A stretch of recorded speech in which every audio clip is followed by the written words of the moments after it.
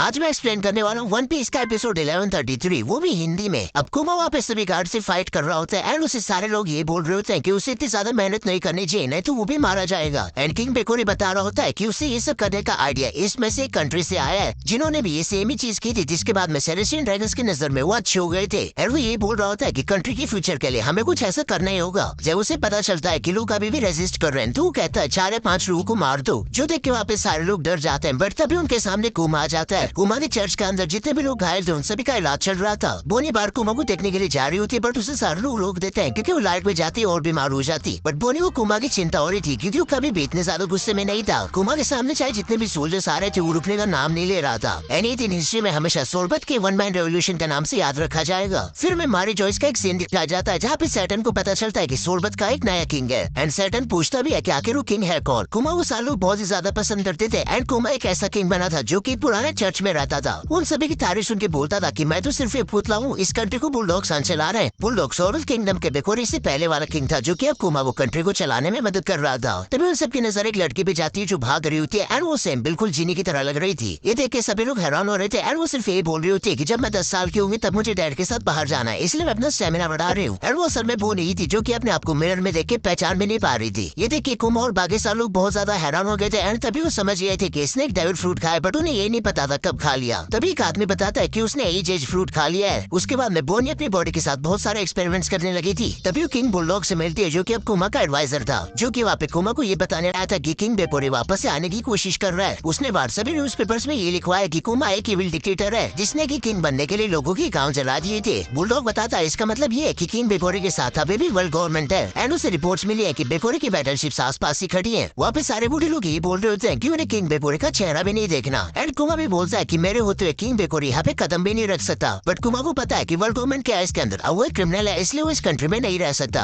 वो अब बुलडॉग को किंग बनने के लिए बोलता है ताकि कुमा की जगह वो सारी चीजें संभाल सके। जिसके बाद वो बोनी को भी वही छोड़ने की रिक्वेस्ट करता है, जिसके लिए बुलडॉग भी हाँ बोलता है एंड बोलता है कि हम इसे सारे टाइप की नेशनलाइट से बचा लेंगे। जिसके बाद कुमा बोनी को जाके बताता है कि जितनी जल्दी हो सके वो वापस आएगा, तब तक उसे वहीं पे रहना होगा। जो सुन के बोनी उदास हो जाती है एंड बोलती है कि मैं बहुत ज्यादा अकेली पड़ जाऊंगी। कुमा अपनी बोट देके उन सभी के सामने आ जाता है, जिसके बाद किंग बेकोरी सभी सोल्जर्स को बोलता है उसे मार गिराने के लिए। कुमा उसे बोलता है कि उसे बिल्कुल भी शेम नहीं है जिसके वजह से वो यहाँ पे वापस आया है। एंड ऑफ कोर्स कुमा ने उस सारी शिप्स को डुबा दिया था। जिसके बाद में कुमा सी लिए निकल गया एंड उसे पायलट घोषित कर दिया। एंड उसके ऑलरेडी इतने ज्यादा फेमस होने की वजह से उसे बहुत ही जल्दी एक बाउंटी भी मिल गई। बोनी बहुत ज्यादा उदास रहती थी एंड उसे कुमा की बहुत ज्यादा याद आती थी। वो बोलती थी कि जब 10 साल के होने के बाद में वो सही हो जाएगी, उसके बाद में वो भी पायलट बन जाएगी। एंड यहाँ पे कुमा जिस जगह पे जाता था वो हमेशा बोनी के डिजीज के बारे में कुछ पूछने की कोशिश करता था। जिसके साथ ही उसके पीछे बहुत सारे बाउंटी हंटर्स पड़े थे जो कि उसकी बाउंटी को क्लेम करना चाहते थे। पर बहुत ज्यादा घूमने के बाद में भी कुमा को कोई क्यों नहीं मिला, जिसके उससे बहुत ज्यादा उदास हो रखा था। तभी एक दिन कुमा गुस्से में जाते हुए रेवोल्यूशनरी आर्मी की शिप दिख जाती है, जो कि सारे उसे देख के बहुत ज्यादा खुश थे। ड्रैगन कुमा को बताता है कि इवान को और इनाजुमा को पकड़ लिया गया एंड उन्हें प्रिजन में भेज दिया। ड्रैगन कुमा को पूछता है कि आजकल उसे इतने सारे क्रूर टाइटल्स कैसे मिल रहे हैं, जिसके लिए कुमा बोलता है पीपल चेंज। बट तभी बेटी बोलती है हम सभी रेवोल्यूशनरी आर्मी को पता है कि वो सारी चीजें सिर्फ झूठ है। तभी बेटी कुमा को पूछती है क्या मैं ईस्टर्न फोर्सेस के कैप्टन बन सकती हूँ। तभी कुमा बोलता है आखिर तुम्हें मुझसे क्यों पूछ रही हूँ, जिसके लिए बेटी बताती है कि ड्रैगन ने सभी को कहा है कुमा के परमिशन के बिना कोई भी गिनी की ओल्ड पोस्ट को नहीं रह सकता। जिसके लिए कुमा बोलता है अगर एक शाह वुमेन कैप्टन बनेगी तो उसमें मुझे कोई भी प्रॉब्लम नहीं है। ये सुन के बेटी बहुत ज्यादा खुश हो आती है। तभी ड्रैगन कुमा बताता है कि साबो और कुआला अभी तुमसे मिलना चाहते थे। वो बोलता है कि हमारे इन सोल्जर्स भी बहुत ज्यादा स्ट्रॉन्ग होते जा रहे हैं। कुमा बताता है कि वो जहाँ जहाँ जाता था वो हर जगह पे यही सोचता था कि आखिर यहाँ पे ड्रैगन होता तो क्या करता। एंड उसका भी बहुत ज्यादा मन है रेवोल्यूशन को वापस से ज्वाइन करने का, बट वो नहीं कर सकता। अब कुमा और ड्रैगन बात कर रहे होते हैं तभी ड्रैगन कुमा पूछता है क्या वो वेगापंग नाम के एक नेवी साइंटिस्ट को जानता है, जिसके लिए कुमा हाँ बोलता है। एंड ड्रैगन बोलता है शायद वो बोनी का इलाज कर सकता है। कुमा ये सुन के हैरान हो जाता है। उसके बाद कुमा ड्रैगन को इन्फॉर्मेशन के लिए थैंक्स बोल के जाने लगता है। एंड वो ये भी बताता है कि अगर किसी तरीके से वो बोनी का इलाज करवा पाएगा तो वो वापस से ड्रैगन के साथ मिलकर फाइट करने के लिए रेडी है। जिसके बाद ड्रैगन भी उसे ये बोलता है कि तुम्हें जहाँ जाना सही लगता है तुम वहाँ जा सकते हो। अब कुमा वापस से घर आ जाता है जहाँ बोनी दूसरे लोगों के साथ फाइट करके अपनी ट्रेनिंग कर रही थी। एंड वो कुमा को देख के बहुत ज्यादा खुश थी। उसके बाद में कुमा बोनी को नेवी के साइंस डिवीजन लैब नंबर 8 में लेके जाता है, जो कि फ्यूचर में एग हेड बनता है। वेगापंग कुमा का साइज देख के बहुत ज्यादा हैरान हो गया था। एंड कुमा भी उससे सेम ही बात बोलता है कि तुम्हें देख के भी कोई यही कह सकता है। बोनी भी वेगापंग का बड़ा सा सर देख के बहुत ज्यादा हैरान हो जाती है। वेगापंग कुमा को बोलता है कि तुम्हारी बॉडी बहुत ज्यादा बड़ी है इसलिए मैं तुम्हारे मसल्स की रिसर्च करना चाहता हूँ। जिसके बाद में वेगापंग बोनी को देख के समझ जाता है कि यही वो बच्ची है जिसके बारे में कुमा बात कर रहा था। जिसके बाद वेगापंग कुमा को बोलता है कि तुमने डिजीज को रोकने में बहुत अच्छी मेहनत की है। एंड वो बताता है कि वो बोनी का इलाज कर सकता है, जो सुन के कुमा बहुत ज्यादा हैरान हो जाता है। बट तभी कुमा बोलता है मुझे ड्रैगन पे विश्वास है एंड वो हमें सेफ रखेगा। वो वेगापंग को पूछता पूछता है कि आखिर मेरे ब्लड में इतना ज्यादा स्पेशल है क्या। जिसके बाद वेगापंक उसे बताता है कि वो उसके क्लोन्स बनाने वाला है, जो सुन के बहुत ही ज्यादा हैरान हो जाता है। वो बताता है कि वो बहुत टाइम से सूजे क्लोन्स बनाने के लिए परफेक्ट मॉडल को ढूंढ रहा था, एंड अगर कुमा अपना थोड़ा ब्लड डोनेट कर दे एंड उसके क्लोन्स बनाने की परमिशन दे दे तो वेगापंक बोने की ट्रीटमेंट के सारे पैसे माफ कर देगा, क्योंकि उसे भी पता है कुमा के पास पैसे नहीं है। कुमा बोलता है कि मैं एक ऐसे ऑफर को रिजेक्ट नहीं कर सकता, बट आखिर तुम मेरे क्लोन्स बना के करने के वाले हो, क्या वो नीड के लिए काम करेंगे। वेगापंक बताता है कि वो इतने ज्यादा स्ट्रॉन्ग सोल्जर्स बनाएगा जिनके ऊपर बुलेट्स का भी कोई असर नहीं होगा, उन्हें लोग हीरोज कहेंगे एंड वो सारे कमजोर लोगों की मदद करेंगे। बस अगर कहीं से वेगापंक के पास में लेजर्स का भी इंतजाम हो जाए ना तो काम ही बन जाएगा। एंड फिर वेगापंक अपने सोल्जर्स के बारे में बात करने में रुकता ही नहीं है। फिर कुमा बोलता है कि ड्रैगन ने सीखा था तुम एक बहुत ही अच्छे इंसान हो जो कि कोई भी चीज नहीं छुपाता, जो सुन के वेगापंक भी थोड़ा खुश हुआ था। कुमा बोलता है कि अगर मेरे क्लोन्स लोगों की जान बचाएंगे तो मैं वो देख के बहुत ज्यादा खुश होऊंगा। वेगापंक बताता है कि ड्रैगन इस एग्रीमेंट के बारे में खुश नहीं होगा, बट तभी कुमा बोलता है मुझे कोई भी दिक्कत नहीं है, क्योंकि अगर उससे बोने सही हो पाएगी तो उसके लिए कुमा अपनी जान भी दे सकता है। जिसके लिए वेगापंक कुमा को बोलता है कि वो बिल्कुल एक सेंट की तरह है। मारे जो इसमें सैटर्न बोल रहा होता है कि वो सारे क्लोज वेपन होंगे एंड एक वेपन की वर्थ इसी से पता चलते है कि आखिर वो कितने लोगों को मार सकता है। सैटर्न बोलता है कि वेगापंक को इस चांस को जाने नहीं देना चाहिए, बट वैसे भी सैटर्न के आइडियाज कुछ अलग है। यहाँ पे कुमा सेंट कराने के बाद वेगापंक को बोल रहा होता है कि मजाक तो ना बंद करो, वो तो सिर्फ पैसिफिस्ट है, यानी कि ऐसा आदमी जिसको शांति पसंद होती है। ये सुन के वेगापंक बहुत ज्यादा खुश होता है एंड बोलता है क्यों ना उन सभी क्लोन्स का नाम पैसिफिस्टा रखा जाए। एंड ये पे ये वाला एपिसोड खत्म हो जाता है। सो यार कैसे लगी ये वाली video, let me know in the comments and मैं मिलता हूँ आपसे अगले वाली वीडियो में। तब तक के लिए गुड बाय।